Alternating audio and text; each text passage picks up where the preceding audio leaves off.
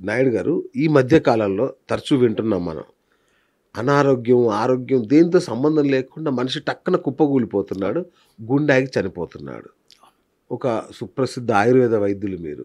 దీనికి వెనుక ఈ సంక్షోభం వెనుకున్న కారణం ఏమై ఉంటదనుకుంటున్నారు? గుండె ఆగిపోవడం అనేది హార్ట్ అటాక్ వచ్చిందని చెప్పి అందరికీ తెలుస్తుంది. అవును. కానీ దానికి ముందు ఏం జరిగింది, యెస్. ఎలా అది కారణమైంది నీకు ఎవరికి దాన్ని గ్రహించట్లేదు. అవును.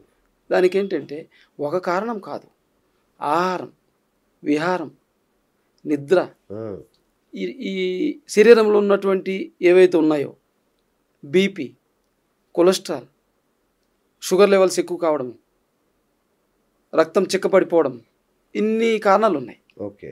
ఈ కారణాలన్నింటిలో ఏదో కారణం కావచ్చు దానికి, ఓకే.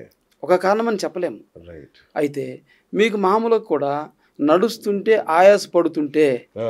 అప్పుడు ఖచ్చితంగా జాగ్రత్త పడాలి గుండెకి ఓకే. సంబంధించిన విషయాలలో.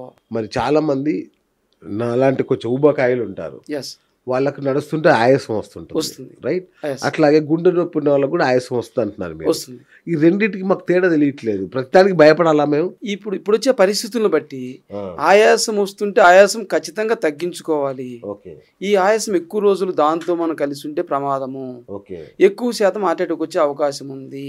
ఓహ్!